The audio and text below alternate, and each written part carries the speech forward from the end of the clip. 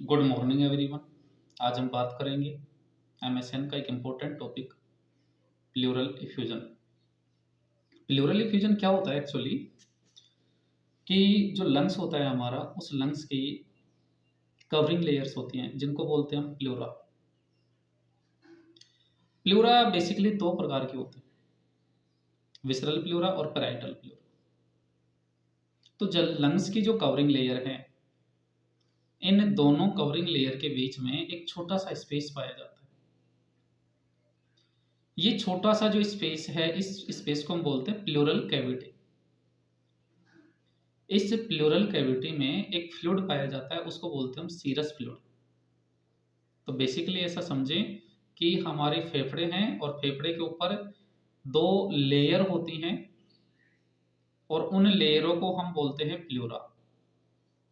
और जो प्लूरा हैं वो दो होती हैं संख्या में, पैराइटल प्लूरा और विसरल प्लूरा।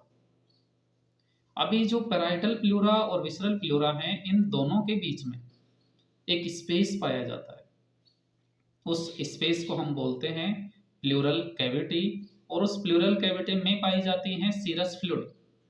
क्यों? क्योंकि जब हमारे लंग्स हैं वो एक्सपांसन करते हैं, कंट्रैक्शन करते हैं, है ना। एक्सपांसन करेंगे और रिलैक्सेशन करेंगे तो क्या होगा उस दौरान, ये फ्लूइड फ्रिक्शन से प्रिवेंट करता है।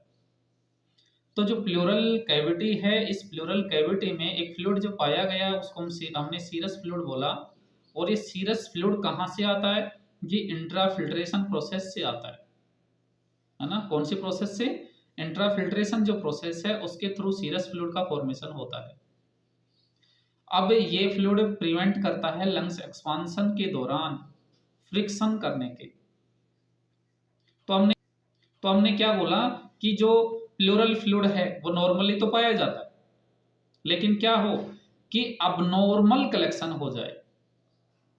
प्लूरल इफ्यूजन हम पढ़ रहे हैं, तो प्लूरल इफ्यूजन में क्या होगा कि अबनॉर्मल कलेक्शन होगा प्लूरल फ्लूइड का या सीरस फ्लूइड का। किसमें? प्लूरल स्पेस में। इसी को हम क्या बोल रहे हैं? Pleural effusion. तो नॉर्मल कितना पाया जाता है प्लूरल फ्लूइड? 5 से 15 ml। 5 से 15 ml जो फ्लूइड है वो नॉर्मली पाया जाता है प्लूरल कैविटी में। तो क्या हो, मोर देन 20 ml हो जाए, क्या हो, 20 ml से ज्यादा हो जाए, तो इस कंडीशन को हम क्या बोलते हैं? प्लूरल इफ्यूजन बोलते हैं। हम क्या बोलेंगे? नेगेटिव प्रेशर था, नेगेटिव प्रेशर था, प्रेशर पॉजिटिव हुआ, री एक्सपांसन अफेक्टेड होता है। देखो, लंग्स में एयर आई तो फैल गया, लंग्स से एयर निकली तो सिकुड़ गया। तो ये सिकुड़ना और एक्सपांसन करना जो है ना, तो री एक्सपांसन जो है, देखो खुलना जो है, फूलना जो है, ये फूलना अफेक्ट होगा किसका? लंग्स का। तो जो फूलना अफेक्ट हुआ है इसके कारण लंग्स में कोलैप्स आएगा, राइट। और अल्टीमेट जो रिजल्ट है वो रेस्पिरेशन अफेक्ट होने वाला है। अल्टीमेट अपने को क्या देखने को मिलेगा? रेस्पिरेशन अफेक्ट होने को मिलेगा पेशेंट का। इसी कंडीशन को हम क्या बोल रहे हैं? प्लूरल इफ्यूजन बोल रहे हैं। ये कंडीशन देखो एक्यूट हो सकती है। एक्यूट का मतलब सडन हो सकता है, सीवियर हो सकता है ना।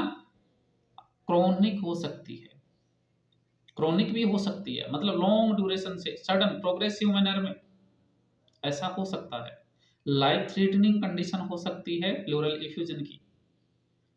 ये यूनिलेटरल हो सकता है। यूनिलेटरल का मतलब एक फेफड़े में हो सकता है या बाइलेटरल दोनों फेफड़ों में हो सकता है, राइट। तो ये देखो इसमें कारण क्या हो सकता है कि प्लूरल इफ्यूजन में कुछ भी फ्लूइड का कलेक्शन हो गया नॉर्मल से ज्यादा, इसी को हम क्या बोल रहे हैं? प्लूरल इफ्यूजन बोल रहे हैं। और ये प्लूरल इफ्यूजन जो होने वाला है ये हमें देखने को मिलेगा प्लूरल कैविटी में। और प्लूरल कैविटी पाई जाती है लंग्स की कवरिंग लेयर्स के बीच में। अब इसका अपन ने देखें कि अगर पस का कलेक्शन है, टाइप्स की बेसिकली हम बात कर लेते हैं कि कलेक्शन ऑफ पस है, तो इसको हम बोल सकते हैं एम्फाइमा बोल सकते हैं, पायोथोरैक्स बोल सकते हैं, ठीक है। ब्लड है तो हीमोथोरैक्स बोलेंगे, फ्लूइड है या सीरस फ्लूइड बढ़ गया है तो इसको हाइड्रोथोरेक्स बोलेंगे हम लोग, और लिम्फ फ्लूइड अगर है तो हम लोग इसको क्या बोलेंगे, काइलोथोरेक्स बोलेंगे। अब एक कारण हो सकता है यूरिन भी इसमें हो सकता है, कैसे, लंग्स के बीच में और किडनी के बीच में शंटिंग की प्रोसेस होती है, अगर वो शंटिंग हो तो यहाँ पे यूरिनोथोरेक्स भी देखने को मिल सकता है। हमने क्या क्या देखा, हमने देखा कि पस का फॉर्मेशन है तो पाइलोथोरेक्स, ब्लड का फॉर्मेशन है, ब्लड कलेक्ट है तो हीमोथोरेक्स, फ्लूइड कलेक्ट है, सीरस फ्लूइड कलेक्ट है तो हाइड्रोथोरेक्स, लिम्फ कलेक्शन है तो हम बोल रहे हैं काइलोथोरेक्स, यूरिन का कलेक्शन है तो यूरिनोथोरेक्स। तो ये फ्लूइड के टाइप के अनुसार इसका टाइप चेंज हो जाता है, नाम चेंज हो जाता है। ब्लड भरा हुआ है तो हीमोथोरेक्स, फ्लूइड भरा हुआ है तो हाइड्रोथोरेक्स, एयर भरी हुई है तो न्यूमोथोरेक्स। ये बात याद रखनी है। देखो, या तो काइलोथोरेक्स होगा मतलब लिम्फ फ्लूइड कलेक्शन में है, न्यूमोथोरेक्स होगा मतलब एयर भरी हुई है, हाइड्रोथोरेक्स होगा मतलब क्या है, पानी भरा हुआ है, फ्लूइड भरा हुआ है। राइट, 4 प्रकार की चीजें देख ली। अब कोज क्या हो सकता है भाई इसका, कोज का कारण हो सकता है किसी भी प्रकार का कंजीनाइटल इन्फेक्शन हो सकता है, इन्फ्लामेशन हो सकता है, समझ रहे हो। कोजे जो देखें हम लोग, यहाँ पे इन्फेक्शन हो सकता है, इन्फ्लामेशन हो सकता है, तो यहाँ पे 2 कंडीशंस देखने को मिलेगी। कौन सी मिलेगी भाई, पहला है एक्जूडेटिव प्लूरल इफ्यूजन हो सकता है ना, दूसरा हो सकता है ट्रांजुडेटिव प्लूरल इफ्यूजन हो सकता है। तो जो एक्जूडेटिव है, राइट, एक्जूडेटिव का मतलब है कि फ्लूइड भरा हुआ है इन्फेक्शन के कारण, ठीक है, इन्फेक्शन हुआ, इन्फ्लामेटरी प्रोसेस हुआ, उसके कारण अगर कोई घाव का निर्माण जैसा अपने को कुछ दिखाई दे रहा है, उसको हम बोल रहे हैं एक्जूडेटिव। ये किस किस कारण से हो सकता है, ये देखने को मिलेगा हमें निमोनिया में मोस्ट कॉमनली, ये हमें देखने को मिलेगा पल्मोनरी ट्यूबरक्लोसिस में, हमें देखने को मिल सकता है प्लूरल एम्फाइमा, और कहां देखने को मिलेगा भाई, एडिनो जो कार्सिनोमा हो सकता है, पेरिफेरल जो लंग्स होता है उसमें अगर कार्सिनोमा की जो कंडीशन है, अगर ऐसा हमें दिखाई देता है, ट्रोमा हो सकता है, पेनक्रियाटाइटिस हो सकता है, लेफ्ट लंग्स में फ्यूजन हो जाए, है ना, सिंड्रोमिक कोई कंडीशन हो, ऑटो इम्यून हो सकता है, ओवेरियन ट्यूमर हो सकती है, असाइटिस हो सकता है, राइट साइड में फ्यूजन हो सकता है। ये देखो भाई, ये एक्जूडेटिव के कारण है, मतलब इन्फ्लामेटरी कोई प्रोसेस इसमें हुई है, ऐसा हमें देखने को मिल रहा है। ऐसा अगर हमें देखने को मिलता है, तब दूसरा क्या समझे, फ्लूइड के कैरेक्टरिस्टिक के आधार, फ्लूइड का जो चरित्र है ना, उसके आधार पे भी हम 2 प्रकार के देखें। देखो, एक्जूडेटिव फॉर्मेशन होता है या तो ट्रांजुडेटिव फॉर्मेशन होता है। एक्जूडेटिव में इन्फेक्शन होगा, इन्फ्लामेटरी मटेरियल होगा, वहां पे प्लाज्मा प्रेजेंट रहेगा, इम्यून सेल प्रेजेंट रहेगी, पॉजिटिव एजेंट प्रेजेंट रहेगा। तो ये जो चीजें हैं, अगर इन सब के कारण हुआ है तो ये एक्जूडेटिव था। अब बात करें ट्रांजुडेटिव, ट्रांजुडेटिव का मतलब है कि फिल्ट्रेशन हुआ प्लाज्मा का किसी भी कैपिलरीज से, मतलब नॉन इन्फेक्टियस जो मटेरियल है, इस नॉन इन्फेक्टियस मटेरियल को ट्रांजुडेटिव बोल रहे हैं। कोई नॉर्मल फ्लूइड का सिक्रेशन हो सकता है जिसको हम हाइड्रोथोरेक्स बोल रहे हैं, है ना। अगर ऐसा कुछ है तो ऐसी कंडीशन को हम ट्रांजुडेटिव बोल रहे हैं जहां इन्फेक्शन का कोई सिस्टम हमें दिखाई नहीं दे रहा है। एक्जूडेट में हमें क्या दिखेगा, एक्जूडेट में हमें दिखेगा इन्फेक्शन होगा, इन्फ्लामेटरी प्रोसेस होगी, प्लाज्मा प्रोटीन प्रेजेंट होगी, प्लाज्मा इम्यून सेल प्रेजेंट होगी, पॉजिटिव जो एजेंट है वो भी प्रेजेंट रहने वाला है। ट्रांजुडेट में क्या देखा, फिल्ट्रेशन जो प्लाज्मा था वो प्रेजेंट रहेगा, नॉन इन्फेक्टियस मटेरियल प्रेजेंट रहने वाला है। ऐसा हमने देखा किसी भी पेशेंट में, ट्रांजुडेट और एक्जुडेट में। तो ट्रांजुडेट के क्या कारण हो सकते हैं भाई, लीवर सिरोसिस हो सकता है, सिरोसिस ऑफ लीवर, ये प्रॉब्लम होने वाली है भाई प्रोटीन सिंथेसिस से रिलेटेड। लीवर जो हमारी प्लाज्मा प्रोटीन्स होती हैं उनका सिंथेसिस करता है। अब अगर लीवर में सिरोसिस है लीवर में क्रोनिक कोई चेंजेज हो गए हैं, डिस्ट्रक्टिव चेंजेज हो गए हैं, तो हमने क्या देखा कि जो प्लाज्मा प्रोटीन थी, ये प्लाज्मा प्रोटीन सिंथेसिस डिक्रीज होने वाला है। और अगर ऐसा है तो ऑन्कोटिक प्रेशर पेशेंट का डिक्रीज होने वाला है, फ्लूइड है वो शिफ्ट होने वाला है एक्स्ट्रा वास्कुलर में। जो एक्स्ट्रा वास्कुलर की जो कंडीशन है, जो एक्स्ट्रा वास्कुलरली हमने देखा कि जो फ्लूइड था वो शिफ्ट हुआ था आईवी से, तो यहाँ पे हमें एडिमा जैसा कुछ दिखाई देने वाला है। नेफ्रोटिक सिंड्रोम, तो नेफ्रोटिक सिंड्रोम में क्या होगा, प्रोटीन यूरिया होगा, हाइपोएल्बुमिनीमिया हो गया, डिक्रीज होने वाला है oncotic pressure, same fluid shift हो जाएगा एक्स्ट्रा वास्कुलरली। और क्या होगा, प्रोटीन लॉस हो सकता है एंटेरोपैथी में, प्रोटीन लॉसिंग एंटेरोपैथी। ये एक डिजीज कंडीशन है जिसमें जो प्रोटीन है वो स्टूल के द्वारा निकलने वाला है। और क्या हो सकता है कारण, coeliac sprue, congestive cardiac failure, renal failure. इसमें क्या होगा, वास्कुलर वॉल्यूम इंक्रीज होने वाला है। और क्या होगा, हाइड्रोस्टैटिक प्रेशर भी इंक्रीज होने वाला है, फ्लूइड एक्स्ट्रावेसेशन में जाएगा, लीकेज होने वाला है सिस्टमिक कंजेशन के कारण। ये हमने देखा कि ट्रांजुडेटिव जो कंडीशन थी, नॉन इन्फेक्टियस जो कंडीशन थी, इसमें क्या हुआ कि कोई डिजीज कंडीशन है, और डिजीज कंडीशन इन्फेक्टियस नहीं है, ये लिवर सिरोसिस हो सकता है। मतलब ये अनाटॉमिकल जो प्रॉब्लम्स हैं, है ना, अनाटॉमिकल प्रॉब्लम्स की वजह से क्रिएट होने वाली जो हैं वो सारी की सारी कंडीशंस इन्वॉल्व होती है किसमें, ट्रांजुडेटिव में। पैथोफिजियोलॉजी में हमने क्या देखा कि देखो कोज हो गया, रिस्क फैक्टर हो गए, है ना, ये सारी कंडीशंस क्या करेंगे, या तो इन्फ्लेमेशन करेंगे, या तो इन्फेक्शन करेंगे, कंजेशन होने वाला है, ऑब्स्ट्रक्शन होने वाला है, कोई कैंसर हो सकता है, कोई ऑन्कोटिक पेशेंट हो सकता है, तो इसमें क्या होगा, हाइड्रोस्टैटिक प्रेशर इंक्रीज हो सकता है। ऐसा हुआ तो अबनॉर्मल शिफ्ट हुआ फ्लूइड का किसमें, प्लूरल स्पेस में, उसमें से क्या हुआ, प्लूरल इफ्यूजन हुआ, नेगेटिव प्रेशर से पॉजिटिव प्रेशर री एक्सपांशन इफेक्ट हुआ, लंग्स कोलैप्स हो रहे हैं, यहाँ पे इंट्राथोरेसिक प्रेशर बढ़ रहा है, डिक्रीज होगा प्रीलोड। ऐसा हमें देखने को मिल रहा है किसमें, पैथोफिजियोलॉजी ऑफ ट्रांजुडेट में।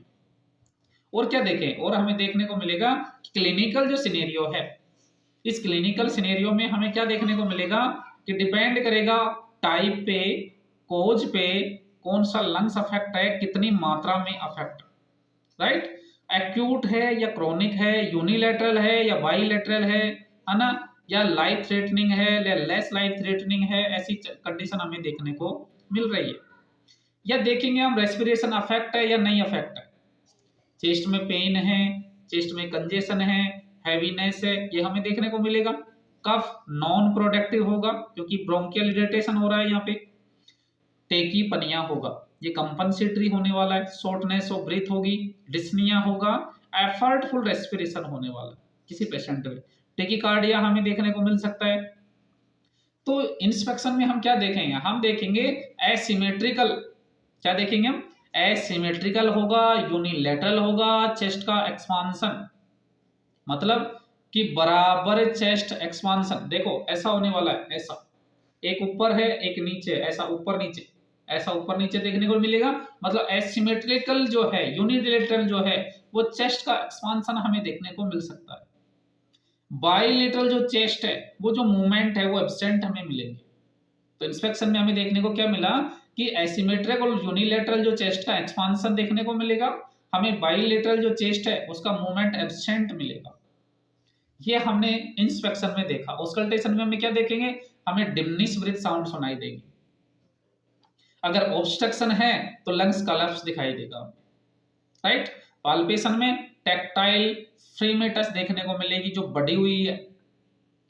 परकशन में हम चेक करेंगे, डलनेस जैसी साउंड हमें दिखाई सुनाई देगी, बीपी डिक्रीज रहेगा पेशेंट का, लेवल ऑफ कॉन्शियसनेस अफेक्ट होगा, साइनोसिस हमें देखने को मिलेगा। ये फाइंडिंग है ऑब्स्ट्रक्टिव शॉक की, हमने देखा। तो हम डायग्नोस्टिक इवैल्यूएशन करेंगे तो क्या करेंगे, हमने पेशेंट को हिस्ट्री किया, हमने सिस्टमेटिक हिस्ट्री कलेक्शन किया, हमें फिजिकल एग्जामिनेशन किया, इंस्पेक्शन किया, पाल्पेशन किया, परकशन किया और ऑस्कल्टेशन किया। ऐसा हमने किया पेशेंट का। हम और क्या करेंगे, एक्सरे करेंगे। अब इस एक्सरे में हमें ब्लंट जो सीपी एंगल है, देखो हमारा ऐसा समझे कि लंग्स है ना, तो लंग्स का जो ये जो एंगल होता है, ये जो एंगल नीचे वाला जो एंगल होता है, इसको हम सीपी एंगल बोलते हैं। ये सीपी एंगल जो है वो हमें ब्लंट नजर आ जाएगा, ओपेक नजर आएगा, मोटा। ये क्या होगा, यहां से ट्रेकियल डिवाइएशन हो सकता है एयरवे का, जो ट्रेकियल का जो डिवाइएशन ये दूर दूर नजर आए, ये दूर दूर नजर आएगा हमें। मीडिया स्टिनम में शिफ्ट होने वाला है। और क्या कर सकते हैं हम सीटी कर सकते हैं, यूएससी कर सकते हैं। वॉल्यूम आल्सो आइडेंटिफाइड, इसमें देखने को मिलेगा कि फ्लूइड कितना भरा हुआ है। थोरासेंटेसिस कर सकते हैं। थोरासेंटेसिस का मतलब प्लूरल एफ्यूजन में जो फ्लूइड भरा हुआ था, उस फ्लूइड को हम क्या करेंगे, टैपिंग के माध्यम से, सिरिंज के माध्यम से उसको निकाल लेंगे। मैनेजमेंट क्या करें, थोरासेंटेसिस एस्पिरेशन करने वाले फ्लूइड का प्लूरल स्पेस से। अब ये बात याद रखना है कि जो थोरासेंटेसिस होता है ये यूएससी गाइडेड होता है, ऐसा नहीं निडल उठाया लगा तो टैपिंग कर दो, ऐसा नहीं करेंगे। ये यूएससी गाइडेड होता है जिससे अदर मसल्स या लंग्स टच ना हो, ठीक है। अगर हम बात करते हैं आईसीडी की, आईसीडी का मतलब होता है जो ड्रेनेज सिस्टम होता है, इंटरकोस्टल जो ड्रेनेज होता है उसको हम आईसीडी बोलते हैं। तो वाटर सील ड्रेनेज सिस्टम बोलते हैं हम इसको दूसरा नाम में। तो और क्या करेंगे, video assisted thoracoscopic surgery, weights हम कर सकते हैं, फ्लूरोडेसिस कर सकते हैं। इसमें क्या होगा, इंस्टॉलेशन होगा स्क्लेरोटाइजिंग मटेरियल का प्लूरल स्पेस से, और फाइब्रोस्क्लेरोसिस जो चेंजेज हैं स्पेस में प्रेजेंट नहीं रहेंगे, ऐसा हमें देखने को मिलेगा। तो भाई लोगों, मैनेजमेंट क्या करें नर्सिंग का, तो नर्सिंग में देखेंगे भाई, हम असेस करेंगे पेशेंट को, हम फिजिकल एग्जामिनेशन करेंगे, कोज को असेस करेंगे, साइन सिम्टम्स को असेस करेंगे, कंफर्टेबल पोस्चर प्रोवाइड करेंगे, ऑक्सीजन प्रोवाइड करेंगे पेशेंट को, है ना, एडमिनिस्टर करेंगे ऑक्सीजन को, वाइटल साइन हम लोग का असेस करेंगे, कार्डियो पल्मोनरी जो स्टेटस है पेशेंट का उसको मॉनिटर करेंगे, ब्रीथ साउंड को असेस करेंगे, मॉनिटर करेंगे, कोलैप्स के लिए प्रिपेयर करेंगे, थोरासेंटेसिस के लिए। प्री ऑपरेटिव और पोस्ट ऑपरेटिव जो केयर है उसमें कॉम्प्लिकेशंस को क्या करेंगे, प्रिवेंट करेंगे। न्यूमोथोरैक्स कॉम्प्लिकेशन हो सकता है, याद रखना ये बात। एक्सपांशन पल्मोनरी एडिमा को चेक करेंगे, या मोर फ्लूइड रिमूव हो रहा है नहीं हो रहा है। एक बात और याद रखनी है, more than 50 ml fluid collect out नहीं करना है ना। इससे क्या होगा, इससे अचानक से ब्लड प्रेशर फॉल डाउन होने वाला है। और क्या देखेंगे, अगर किसी पेशेंट में अचानक से ब्लड प्रेशर फॉल डाउन होगा तो फर्स्ट जो सिम्टम्स हमें साइन हमें दिखाई देगा वो होगा टेकीकार्डिया, राइट, ठीक है। हमने देखा किसको, हमने देखा कंडीशंस को, जो पेशेंट किस में है, प्लूरल इफ्यूजन में है। प्लूरल इफ्यूजन क्यों हुआ, कैसे हुआ, क्या चीजें हमें देखने को मिली। Thank you.